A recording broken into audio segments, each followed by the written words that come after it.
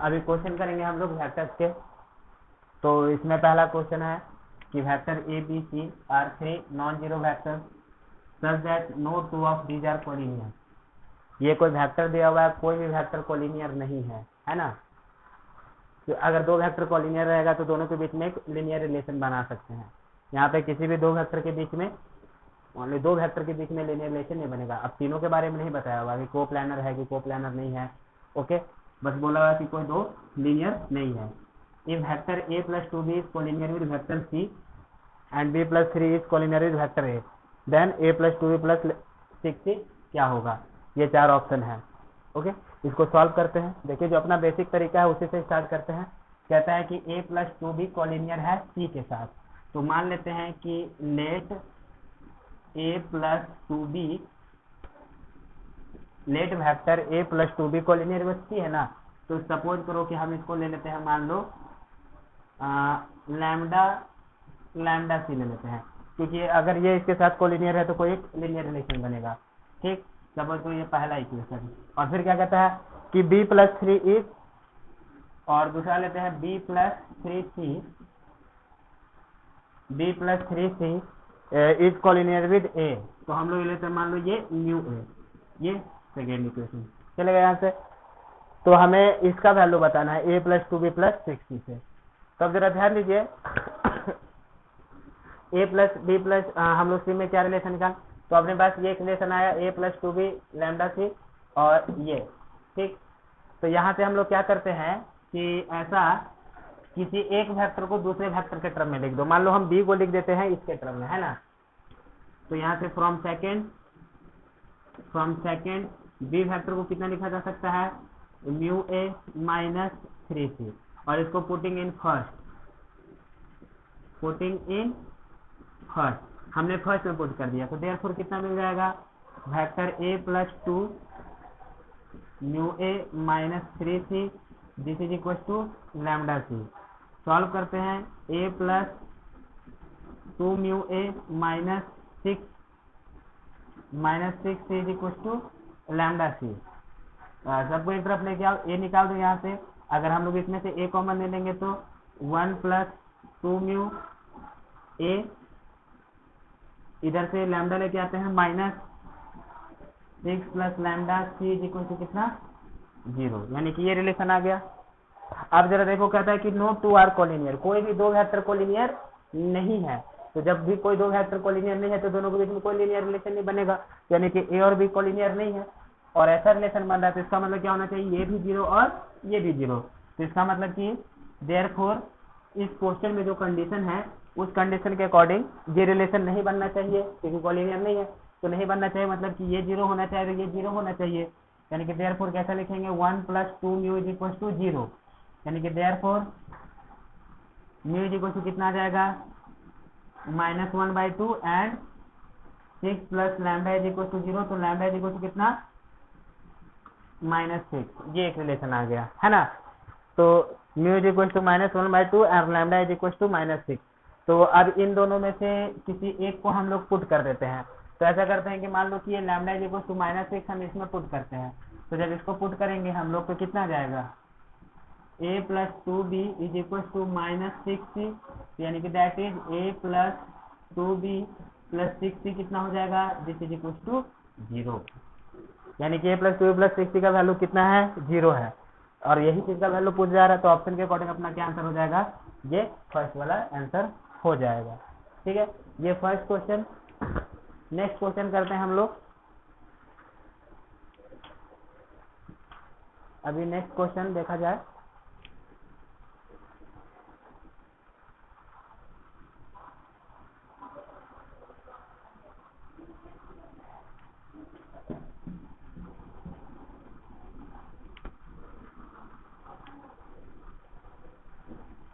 Question number 2 कहता है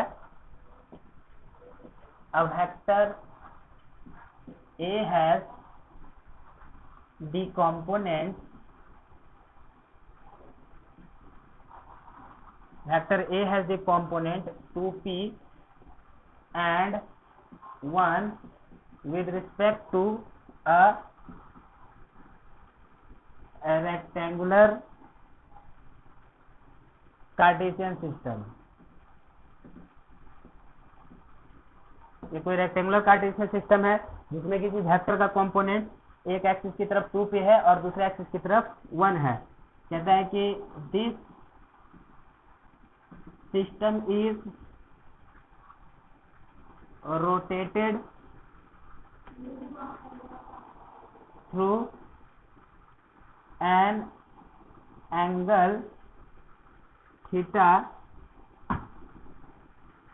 about origin in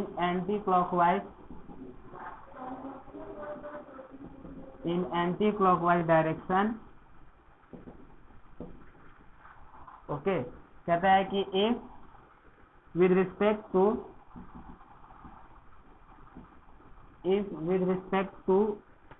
new system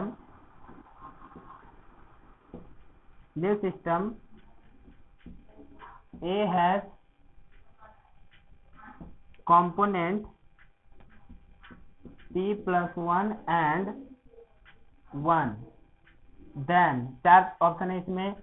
एक ऑप्शन है p is equals to 0, दूसरा ऑप्शन है p is equals to 1 और p is equals to 1 और p is equals to -1/3, फिर ऑप्शन है p is equals to -1 और p is equals to 1/3 and फिर ऑप्शन है p is equals to 1 और p is equals to -1।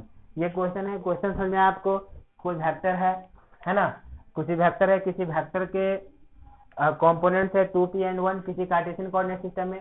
अब coordinate system को क्या कर दिया, रोटेट कर दिया गया, किसी एंगल से रोटेट कर दिया गया। तो जो नया कंपोनेंट आया वो कितना आ गया, नया कंपोनेंट आ गया p plus 1 and 1। तो अब बताना है कि इसमें से p का वैल्यू क्या आएगा।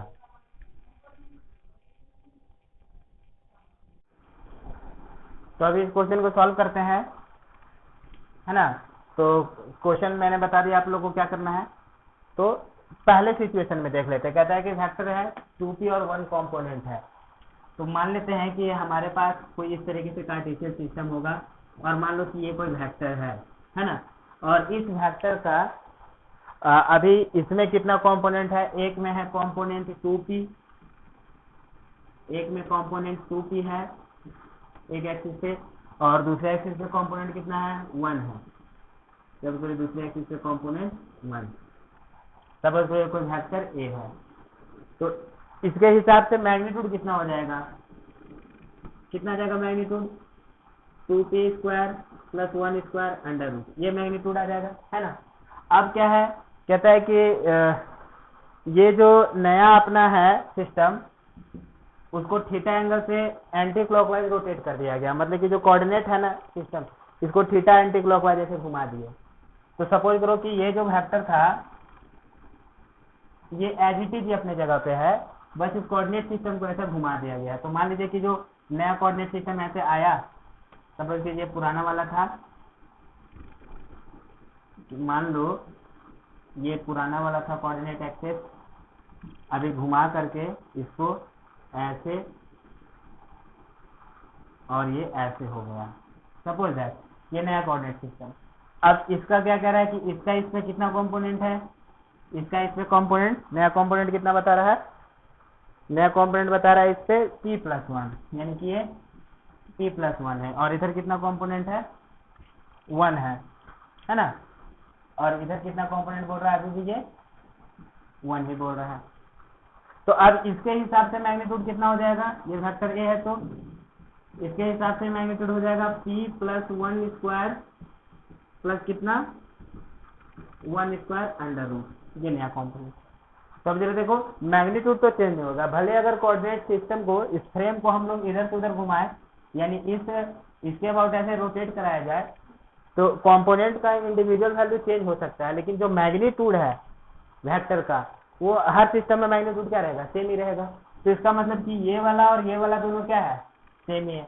तो अगर दोनों को सेम कराया जाए तो 2p square plus 1 square under root is equal to p plus 1 square plus 1 square under root, कितना आ जाएगा, ये दोनों तरफ स्क्वायर कर लेते हैं, स्क्वायर रूट हटाने के लिए ये आ जाएगा 4p² + 1, this is equal to p² + 2p + 1 + 1, एक एक कैंसिल। अब इसको इधर सिंप्लीफाई करते हैं, सबको इधर लेके जाओ, तो इधर से कितना आ जाता है, इधर से आ जाएगा ये, इसको इधर माइनस करेंगे तो 3p² है ना, और माइनस कितना, -2p, ओके, एंड -1 = 0, ये आया।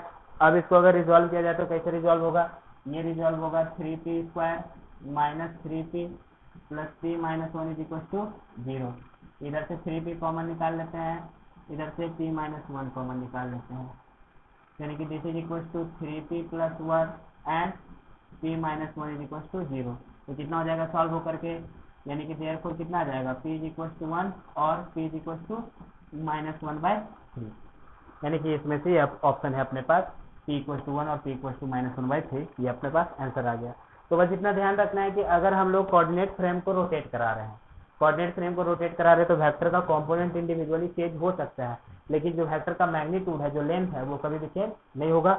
उस हिसाब से हम लोग इसका वैल्यू निकाल दिए, तो यह आया। ओके, नेक्स्ट क्वेश्चन देखते हैं।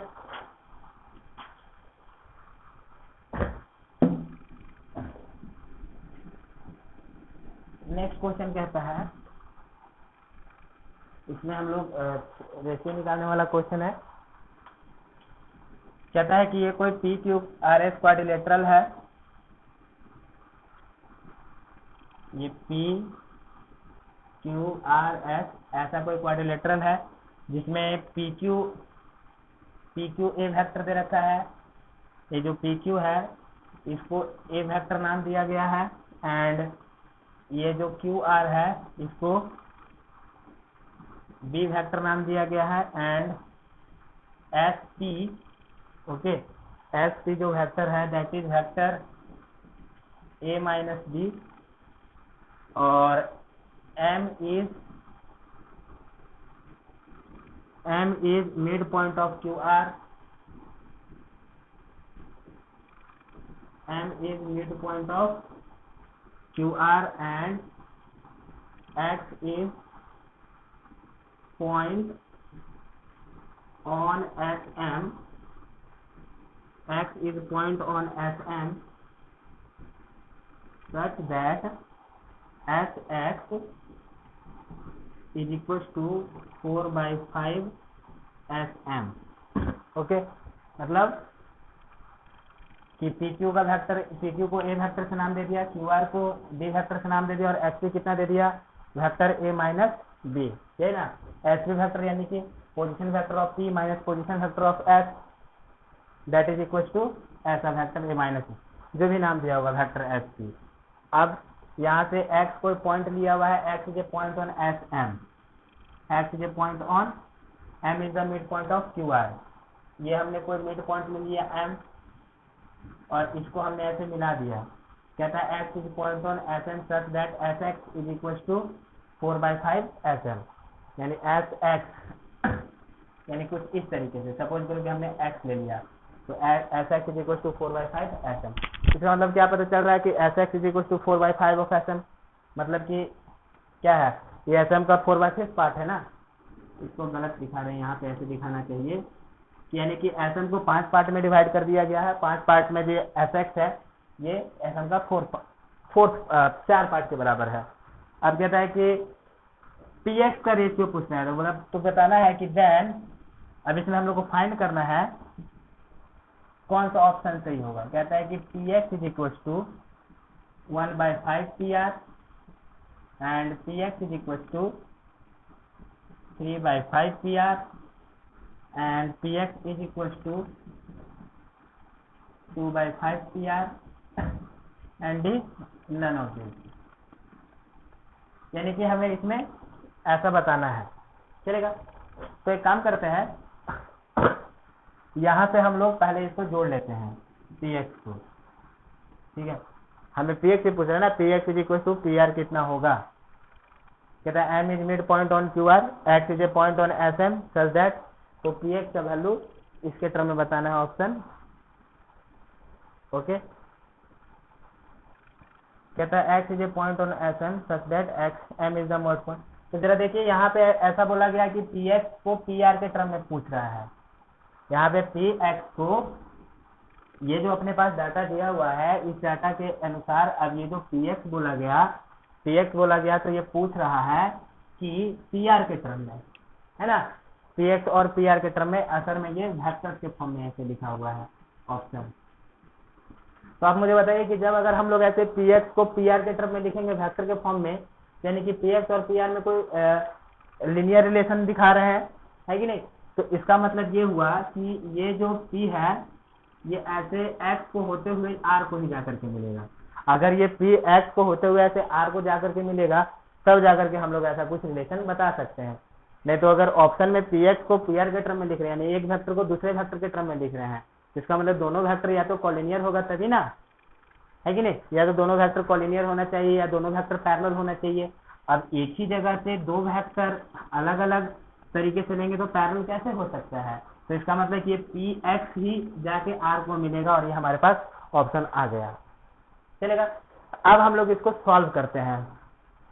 तो सॉल्व करने का मैंने आपको वही तरीका बताया था कि एक हम लोग पोजीशन वेक्टर के हिसाब से निकालेंगे, है कि नहीं। यहाँ पे ये PQ दे रखा है A, QR दे रखा है B। ये देखिए ये वेक्टर दे रखा है, ये पोजीशन वेक्टर नहीं माना हुआ है, ये पोजीशन वेक्टर नहीं माना हुआ है। तो हम लोग क्या करेंगे कि पोजीशन वेक्टर मान लेते हैं।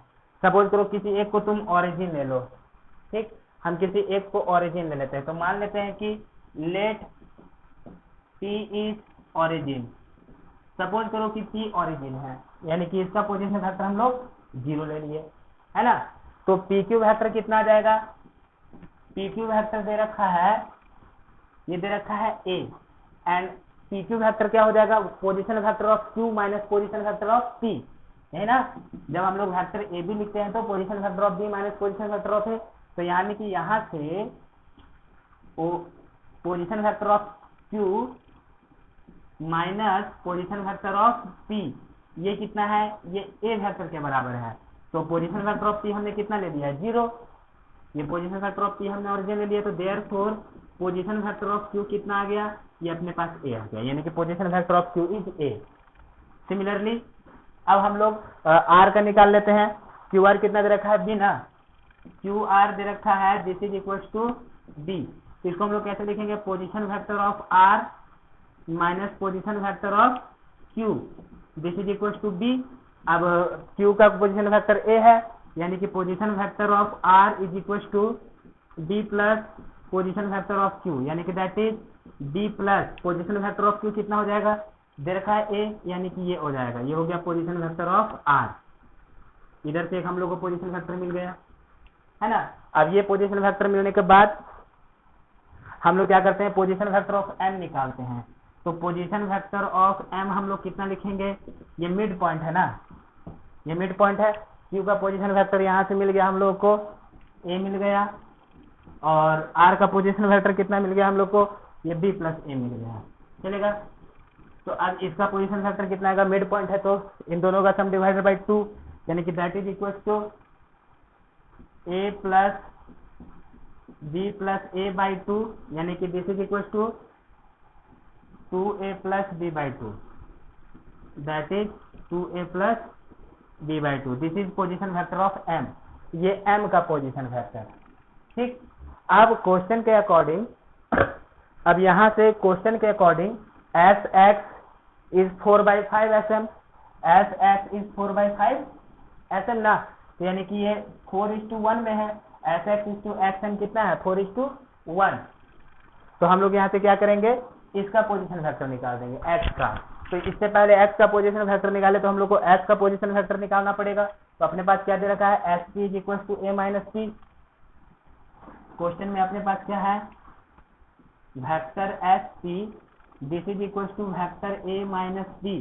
इसको हम लोग कैसा लिखेंगे? Position vector of p minus position vector of s, this is equal to vector a minus b। तो बताइए यहाँ से कितना आ जाएगा?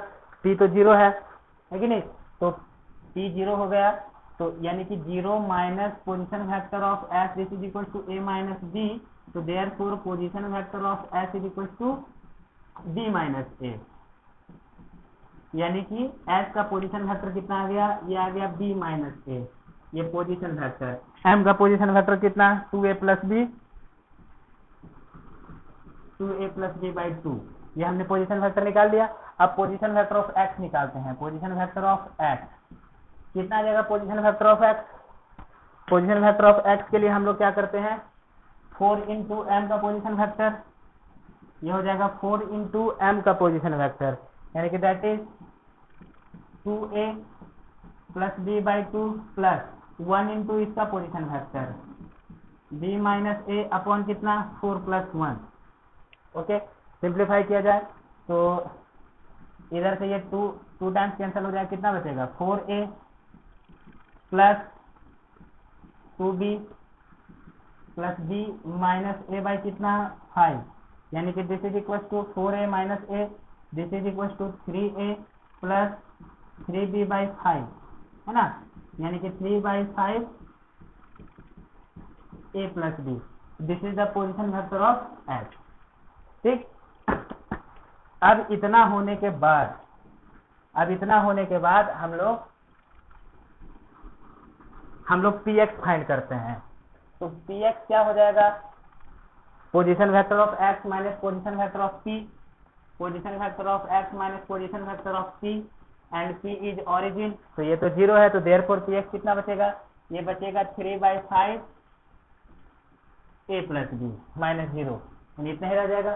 और यहाँ से pr कितना लिखेंगे हम लोग, pr position vector of r minus position vector of p, ये पोजीशन वेक्टर ऑफ p तो 0 हो जाएगा, r का पोजीशन वेक्टर कितना रहा है, b प्लस a, यानी कि this is equal to b plus a, यानी कि इसको हम लोग ऐसे a प्लस b भी लिख सकते हैं। तो जरा यहाँ पे ध्यान दीजिए, यहाँ पे क्या पता चल रहा है कि जो px है ये a प्लस b pr के बराबर है, तो px किसके बराबर आ गया, 3/5 ऑफ pr ना, यानी कि 3/5 ऑफ pr आ गया, यानी कि ये ऑप्शन अपने पास करेक्ट है, 3/5 ऑफ pr। तो जो हम लोग का मेथड है बेसिक, उसी मेथड से हम लोग इसको सॉल्व करते चले जाएंगे। अब इसके आगे नेक्स्ट क्वेश्चन किया जाए।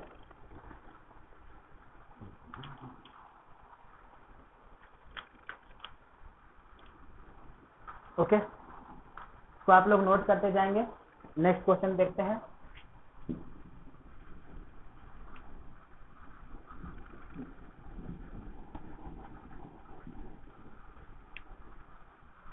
नेक्स्ट क्वेश्चन है यहाँ पे, कहता है if vector A B and C are, ऐसा लिखते हैं क्वेश्चन, कहता है कि if vector A B and C are 3 non coplanar vector such that a plus b plus c is equal to alpha d and b plus c plus d is equal to beta a, then a plus b plus c plus d is equal to option 0 alpha a beta b and last option is alpha plus beta. A B c कोई a B c R3 non coplanar vector, non coplanar vector है, इसका मतलब क्या हुआ, इन तीनों vector में कोई एक ऐसा लीनियर डिपेंडेंसी नहीं आएगा। अगर लीनियर डिपेंडेंसी हम लोग दिखाएंगे तो वो जो हम लोग दिखाते थे ना, लैम्डा 1 ए लैम्डा 2 बी लैम्डा 3 से इज इक्वल टू 0, तो तीनों लैम्डा 0 होना चाहिए, वो तरीका लगेगा इसमें। कहता है ये तीनों नॉन कोप्लानर है और इस तरीके से रिलेशन दिया हुआ है, तो अभी इस रिलेशन को यूज करते हैं। तो जरा देखिए, हमारे पास जो पहला रिलेशन दे रखा है a plus B plus C this is equal to lambda D, ये फर्स्ट रिलेशन है। सेकेंड रिलेशन क्या है, b प्लस सी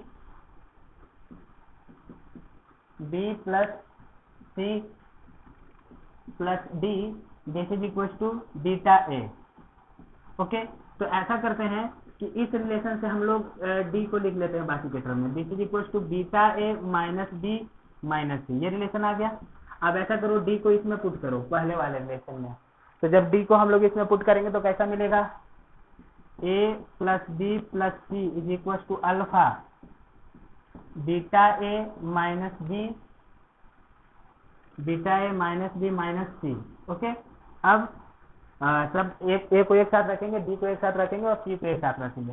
तो जब ए को एक साथ रखेंगे तो ये अल्फा बीटा इधर आएगा, तो 1 माइनस अल्फा बीटा ए है ना, और इसको इधर लेके जाएंगे तो 1 प्लस अल्फा बी है ना, और इसको इधर लेके जाएंगे तो 1 प्लस अल्फा सी, ऐसा आ गया, दिस इज इक्वल टू 0, ये रिलेशन आया। तो अब जरा देखिए ए बी सी ये तो नॉन कोप्लेनर वेक्टर है, तो नॉन कोप्लेनर वेक्टर है तो इसमें लीनियर डिपेंडेंसी नहीं आएगा, और लीनियर डिपेंडेंसी नहीं आएगा तो इसका मतलब अगर ये रिलेशन आ रहा है तो इसका मतलब क्या होना चाहिए, तीनों 0 होने चाहिए, है कि नहीं, जैसे हमने पढ़ा था थ्योरम।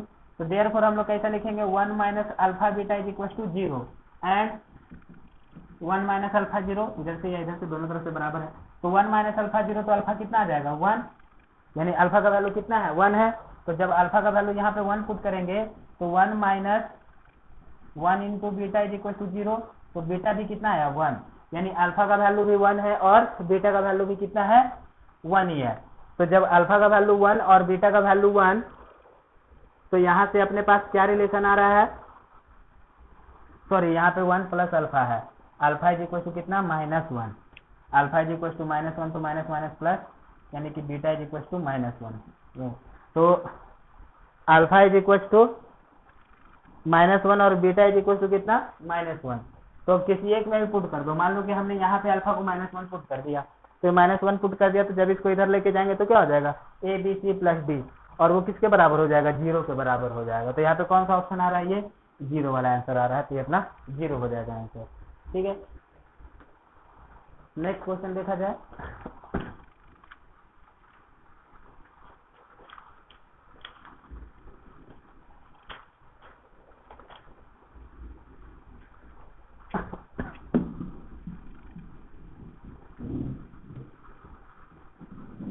अभी नेक्स्ट क्वेश्चन कहता है एक vector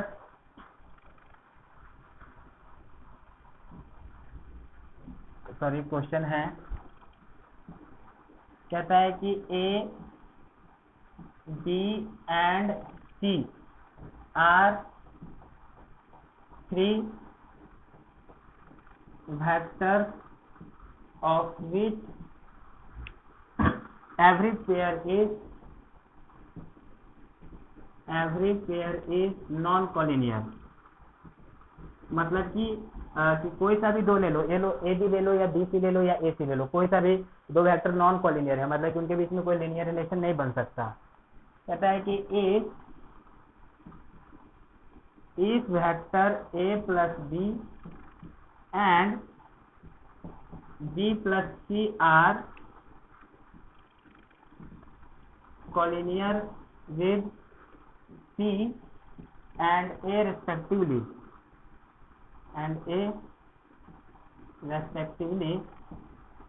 then find A plus B plus C। Okay, कहता है कि ये आपस में कोई सा भी एक पेयर ले लो, कोई भी पेयर कॉलिनियर नहीं है, नॉन कॉलिनियर है, यानी कि लीनियर रिलेशन नहीं बनेगा, लेकिन ए प्लस बी सी के साथ कॉलिनियर है और बी प्लस सी ए के साथ कॉलिनियर है। तो यहाँ पे हम लोग क्या कर सकते हैं कि ए प्लस बी सी के साथ कॉलिनियर है, तो ऐसा मान सकते हैं ना कि let a plus B is equal to lambda c, हमने ए प्लस बी को लैम्डा सी कर दिया, कोई कॉलिनियर है तो उनके बीच में एक लीनियर रिलेशन बनेगा, कोई एक स्केलर होगा। ठीक, उसके बाद फिर दूसरा रिलेशन क्या है, दूसरा रिलेशन है B plus C is equal to कितना, सपोज करो कि म्यू ए, ये हमने सेकेंड रिलेशन ले लिया। अब यहाँ पे जरा ध्यान दीजिए आप लोग कि दो के बीच में दो कोलिनियर नहीं है ना, दो वेक्टर यहाँ पे कोलिनियर नहीं है तो उनके बीच में कोई लीनियर रिलेशन नहीं बनेगा, लेकिन तीन के बीच में लीनियर रिलेशन बन सकता है।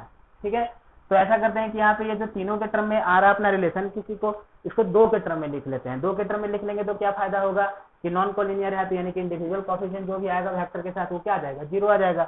तो ऐसा करते हैं कि हम लोग यहाँ से c का वैल्यू निकालते हैं ना।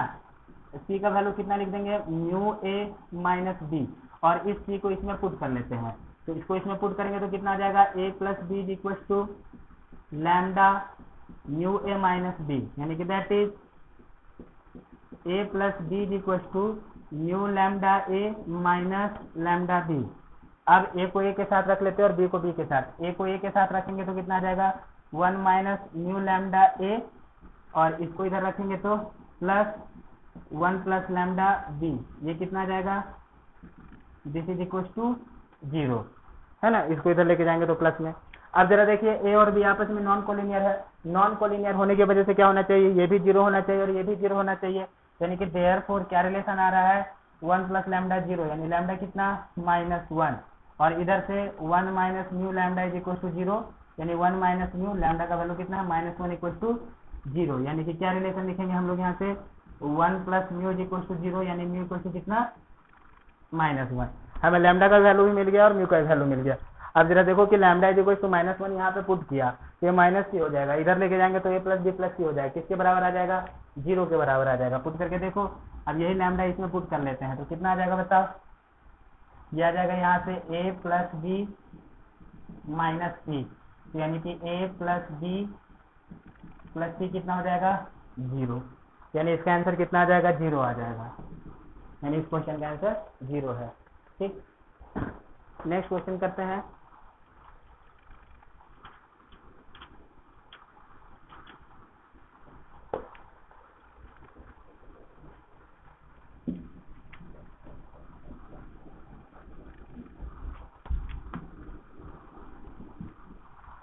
क्वेश्चन कहता है कि in triangle ABC,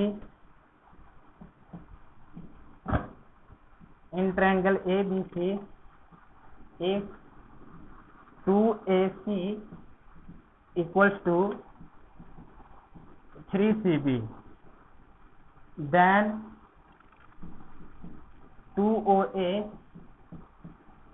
plus 3OB is equal to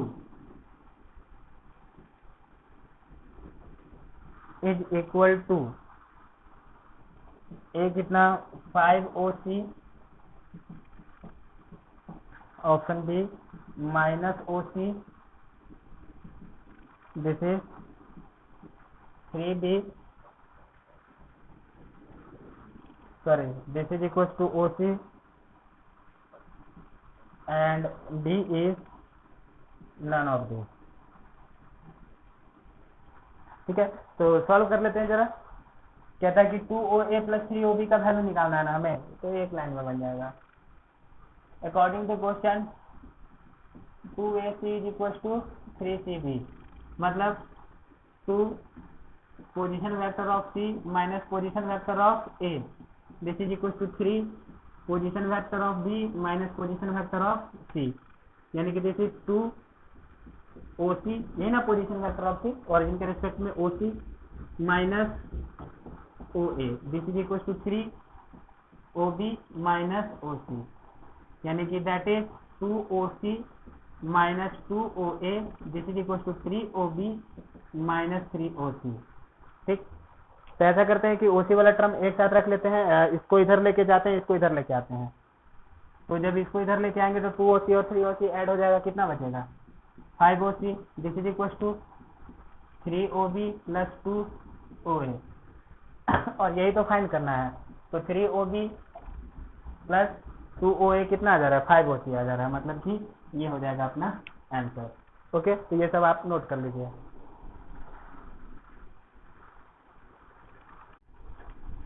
next question है इन ट्रेपेजियम। ट्रेपेजियम क्या होता है कि दो साइड पैरेलल होता है और बाकी दो साइड पैरेलल नहीं होता है। BC is equal to alpha AD, then we will find that P is equal to AC plus BD is collinear with AD। कहने का मतलब है कोई ट्रेपेजियम है जिसमें BC को इस तरीके से अल्फा टाइम्स ऑफ AD लिखा हुआ है, अल्फा कोई कांस्टेंट है, और कोई एक दूसरा वेक्टर लिया है P जो कि इस तरीके से डिफाइन किया हुआ है AC plus BD। Is collinear with AD, यानी कि ये किसके साथ कोलिनियर है, ये एडी के साथ कोलिनियर है ना। तो कहता है if P is equal to mu AD, और पी किसके बराबर आ रहा है, म्यू एडी के, तो इसमें से कौन सा ऑप्शन ट्रू होगा। तो सबसे पहले हम लोग ऐसा करते हैं कि ट्रेपेजियम ड्रॉ कर लेते हैं। तो हम यहाँ पे सपोज करो कि हमने ट्रेपेजियम बना लिया एक, ओके। अब यहाँ पे जरा ट्रेपेजियम बना रहे हैं, तो अब इसका हम लोग जब एबीसीडी नंबरिंग करेंगे तो ध्यान रखना है, क्या ध्यान रखना है, देखिए कहता है BC is equal to alpha AD, मतलब कि बीसी और एडी में एक लीनियर रिलेशन है, तो इसका मतलब कि बीसी और एडी ही पैरेलल होगा, है ना, बीसी और एडी ही पैरेलल हो सकता है। तो ऐसा करते हैं कि हम लोग इसको ए बी सी और एडी पैरेलल है ना, यानी कि ए बी सी डी हम ऐसा लिख देते हैं। तो ये ऐसा लिख देंगे तो बीसी और एडी पैरेलल है, बाकी ये दोनों पैरेलल नहीं है, ठीक।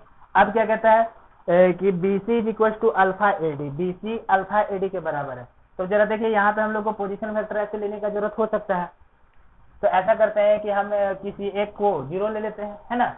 तो मान लेते हैं कि लेट पोजीशन वेक्टर ऑफ ए हम 0 ले लिए, और बी का बी ले लेते हैं, सी का सी और डी का डी स्मॉल में चलेगा, और इसका पोजीशन वेक्टर 0। अब यहाँ से क्या पता चल रहा है कि ये जो ए बी है और ये ए डी है नॉन कोलिनियर है ना, वेक्टर ए सी भी नॉन कोलिनियर, वेक्टर ए बी चल रहा है, यानी कि इसमें कोई सा भी दो वेक्टर ले लिया जाए, वेक्टर ए बी ले लिया जाए या वेक्टर ए सी ले लिया जाए, नॉन कोलिनियर है, ओके। अब यहाँ से कहता है कि B C is equal to alpha A D, तो यहाँ से हम लोग वेक्टर बी सी कैसे लिखेंगे, कहता है B C is equal to alpha A D. तो हम लोग वेक्टर बी सी कितना लिख सकते हैं, position vector of c minus position vector of b, this is equal to alpha position vector of d minus position vector of a, यानी कि that is c minus B is equal to alpha d. मान लो ये एक पहला relation है, okay. अब second क्या कहता है, वेक्टर टी है कोई, यानी कोई वेक्टर टी कैसा है, T is equal to A C plus B D, यानी कि वेक्टर ए सी मतलब कि vector A C plus B D. तो यहाँ से हम लोग कैसा लिख सकते हैं कि ए सी जो है position vector of c minus position vector of a, यानी कि पोजीशन वेक्टर ऑफ सी कितना है, सी माइनस 0 है ना, plus position vector of d minus D, यानी कि दिस इज इक्वल टू कितना आ गया, ये आ गया C plus D minus D, ये कोई वेक्टर पी आ गया, चलेगा। अब क्या कहता है कि ये जो पी है, P is equal to mu AD के बराबर है, and P is equal to is collinear with AD, ये एडी से है कोलिनियर, और P is equal to mu AD लिख रखा है। तो देयरफॉर हम लोग कैसा लिखेंगे, P is equal to mu AD ना, तो इसका मतलब कि C plus D minus D, this is equal to mu A D, यानी कि that is C plus D minus d is equal to mu A D, यानी position factor of d minus 0 चलेगा। यानी क्या रिलेशन आ गया यहाँ से हम लोग रिलेशन निकाल सकते हैं, C plus D minus B is equal to mu D, ऐसा लिख सकते हैं हम लोग। तो ऐसा करते हैं कि डी वाले को एक साथ रख लेते हैं, यानी कि c minus B is equal to mu minus 1 d, ठीक, ऐसा रिलेशन आ गया अपने पास। अब हमारे पास क्या रिलेशन आ रहा है, then which of the following is true. अब जरा देखिए हम लोग यहाँ से एक रिलेशन है, सी माइनस बी किसके बराबर है, अल्फा डी के बराबर है ना, c minus B is equal to कितना, अल्फा डी। तो हम लोग चाहे तो ऐसे भी लिख सकते हैं, इस सी माइनस बी को इससे रिप्लेस किया जाए तो कैसे लिखेंगे बताओ, अल्फा डी, यानी कि that is alpha D is equal to mu minus 1 D. तो सब को उधर लेके जाते हैं, है ना, तो कितना हो जाएगा, mu minus 1 minus alpha D is equal to 0, ठीक। डी तो 0 नहीं हो सकता है ना, डी हमने 0 माना ही नहीं है, तो इसका मतलब कि ये 0 हो जाएगा। Therefore mu minus 1 minus alpha is equal to 0, यानी कि यहाँ से क्या रिलेशन आ रहा है, यानी कि therefore alpha is equal to कितना आ गया, म्यू माइनस 1 ना, अल्फा इज इक्वल टू, यानी कि यहाँ से म्यू इज इक्वल टू कितना आ रहा है, 1 प्लस अल्फा, ये एक रिलेशन आ रहा है। तो ये रिलेशन कहाँ पे है, म्यू इज इक्वल टू, यानी यहाँ पे है, यानी कि इसका आंसर क्या हो जाएगा, डी हो जाएगा इसका आंसर, ओके। तो ये अपने पास हो गया। तो अगर आपको पोजीशन वेक्टर दिया हुआ है तो ठीक है, पोजीशन वेक्टर नहीं दिया हुआ है तो भी हम लोग ऐसे एजम्पशन लेकर के कंडीशन जो दे रखा है क्वेश्चन में उसको पुट करके सॉल्व करते जाइए, लास्ट में खुद ब खुद आंसर आ जाता है। अभी नेक्स्ट क्वेश्चन करेंगे हम लोग। क्वेश्चन कहता है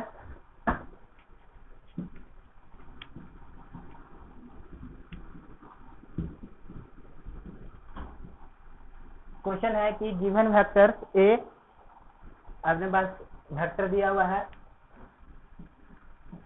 vector A is equal to 6i minus 3j and vector b is given as 2i minus 6j and vector c is equal to minus 2i plus 21j such that alpha is equal to, कोई vector alpha है a plus b plus c, then the resolution of vector alpha into components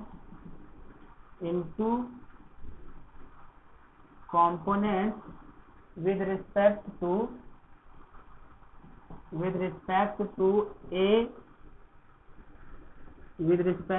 a and b is given by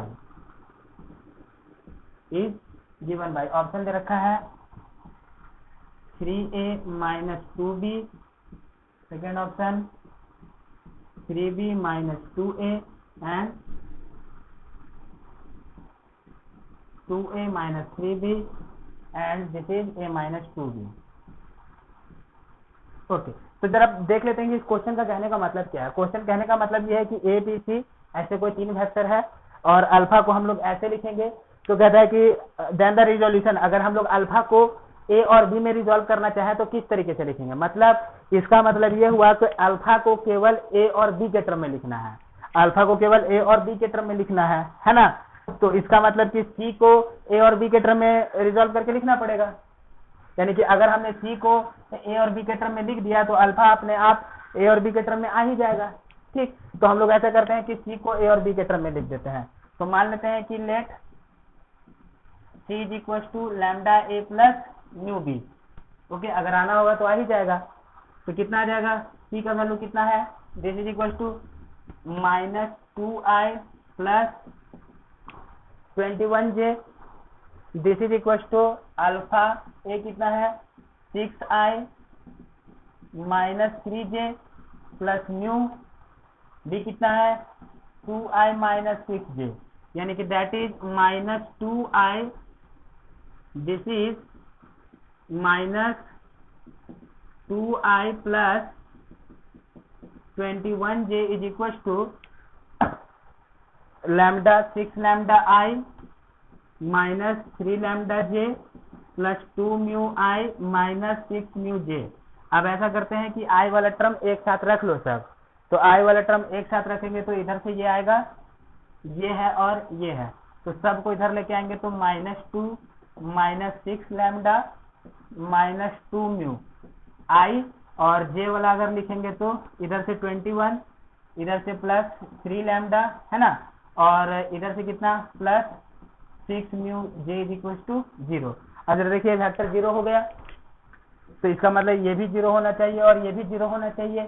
तो यहाँ से अगर हम लोग 0 करा दें 2 minus 6 lambda minus 2 mu is equal to 0, यानी कि एक रिलेशन बन रहा है ना यहाँ से, यानी कि 2 is equal to 6 lambda plus 2 mu, यानी कि दैट इज 2 अगर कॉमन निकाल दे तो 3 lambda plus mu is equal to 1, ये एक रिलेशन आया।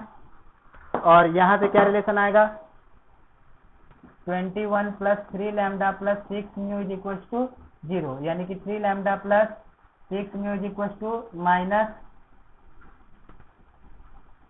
21, यहाँ से 3 कॉमन निकल रहा है, तो यानी कि lambda plus 2 mu is equal to minus 7। अब ऐसा करते हैं, इन दोनों को सॉल्व करके हम लोग म्यू और लैम्डा का वैल्यू फाइंड कर लेते हैं, है ना। तो ऐसा किया जाए कि इसमें से म्यू का वैल्यू कितना है, मान लीजिए पहला इक्वेशन और ये दूसरा इक्वेशन। तो यहाँ से म्यू का वैल्यू हम लोग कितना लिख सकते हैं 1 माइनस 3 लैम्डा लिख सकते हैं, है ना। इस म्यू को इसमें पुट करा लिया जाए, तो जब इस म्यू को इसमें पुट कराएंगे तो कैसा रिलेशन आएगा, पर लिख रहा हूँ मैं lambda plus 2, what is the value of mu 1 minus 3 lambda, this is equal to minus 7। Solve करते हैं, lambda plus 2 minus 6 lambda is equal to minus 7, ये कितना बचेगा, ये माइनस 5 बचेगा ना। यानी कि -5 लैम्डा, और ये उधर जाएगा तो -9 हो जाएगा। ये तो फ्रैक्शन में आ गया ना, ठीक है कोई बात नहीं। यानी कि इधर से ये -5 lambda this is equal to कितना, -9, तो लैम्डा कितना आ जाएगा, -9/5 है ना, यानी कि लैम्डा 9/5 आ गया।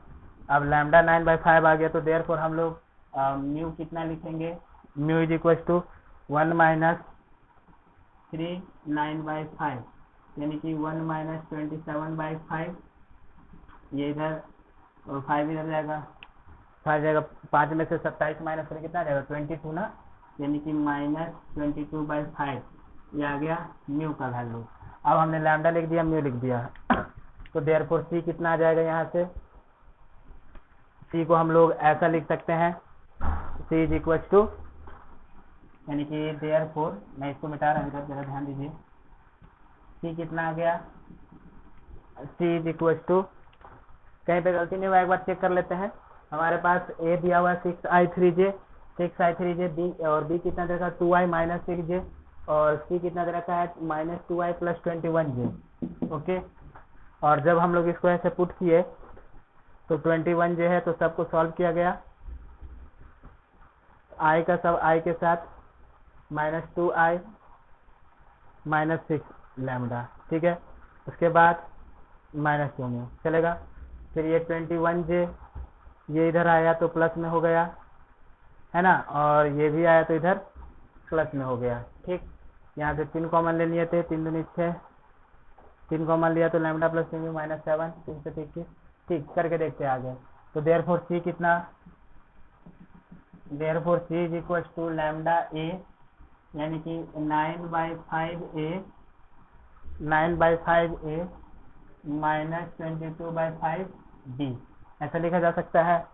तो अल्फा कितना आ जाएगा, देयरफॉर अल्फा का वैल्यू कितना दे रखा है, अल्फा इज इक्वल टू दे रखा था a + b + c, यानी कि a + b + 9/5a -20/5b, यानी इसको अगर सॉल्व किया जाए तो कितना आ जाएगा, ये आ रहा है 5a + 9a, यानी कि this is equal to 14a, यानी कि दिस इज 14a/5, फिर इधर से 5b -22, तो 5b -22 कितना लिखेंगे हम लोग, -17b/5, यानी कि ऐसा अल्फा लिखा जा रहा है। ऑप्शन मैच नहीं कर रहा है, कहीं पे कुछ गलती हो रहा है, जरा देखा जाए कहाँ पे गलती हो रहा है। सी का वैल्यू हमारे पास है कितना, सी में क्वेश्चन के अकॉर्डिंग -2i -21j है सी के according. Okay, then after lambda A और म्यू डी, ए का वैल्यू कितना दे रखा है क्वेश्चन के अकॉर्डिंग 6i - 3j दे रखा है। ओके, एंड बी का वैल्यू कितना दे रखा है 2i - 6j दे रखा है, 2i - 6j। अब यहाँ पे देखा जाए 2i - 6j -2i 21j, 6 lambda i -3 lambda j, 2 mu i -6 mu j के, फिर यहाँ पे i वाला एक साथ रखो तो -2i -2 -6 -2, ठीक। इधर से 21 + 3 + 6, ये 0 हो गया, तो इसको 0 करेंगे तो अच्छा, यहाँ पे ये गलती हुआ है, ये सब का सब माइनस में था, है ना, ये सब माइनस में रहा था, यहाँ पे देखिए यहाँ पे मिस्टेक हो रहा है, ये माइनस में था, तो जब हम लोग इसको ऐसे माइनस में पुट करेंगे तो आगे ये पूरा वैल्यू उसके अकॉर्डिंग सॉल्व होगा, और सॉल्व करके जब हम लोग सॉल्व करेंगे तो ये अपना आंसर आ जाएगा। तो बाकी प्रोसेस सेम है, आप इस चीज को यहाँ से फिर माइनस में रिपीट कर लीजिए। यहाँ पे मिस्टेक हो गया था, शुरुआती में -2 लिखना था लेकिन हमने 2 लिख दिया, इस वजह से मिस्टेक हो गया, तो उसको पुट करके सॉल्व करेंगे तो बाकी सब अपना आंसर इसके टर्म में आ ही जाएगा, ठीक। तो ये हमारे पास क्वेश्चन था, इसको आप लोग ट्राई करेंगे। नेक्स्ट क्वेश्चन करते हैं।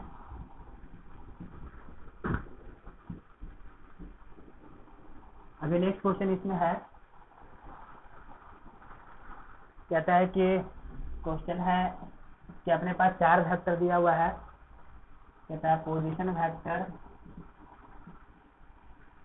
Of a B c and d are a B c and d, a B c d कोई पॉइंट है, उस पॉइंट का पोजीशन वेक्टर दे रखा है सच दैट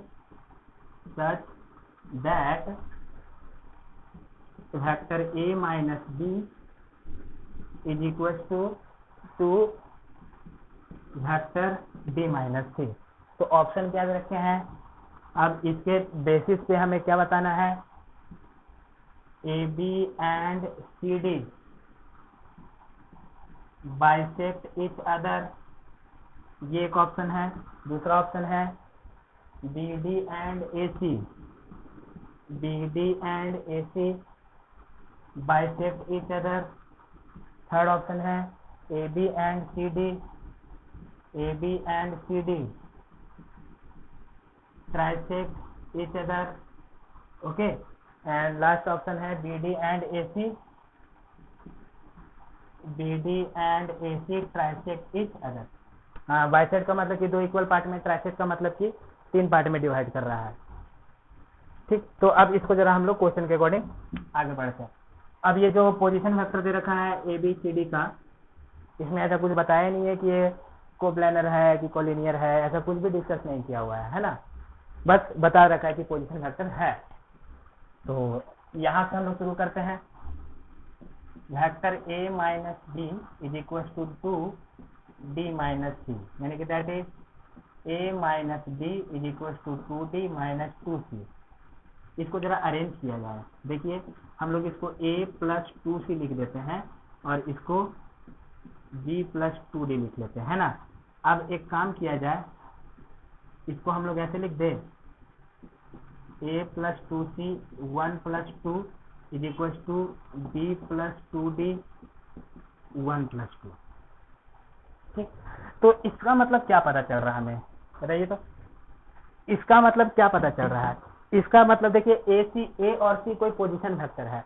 तो हम बात कर रहे हैं कि ये एक ऐसा पोजीशन वेक्टर है ए और सी को, जैसे कि सपोज करो कि मैंने ऐसे ले लिया, ये पॉइंट ए है और ये कोई पॉइंट सी है ना। इसका पोजीशन वेक्टर है ए और इसका पोजीशन वेक्टर है सी।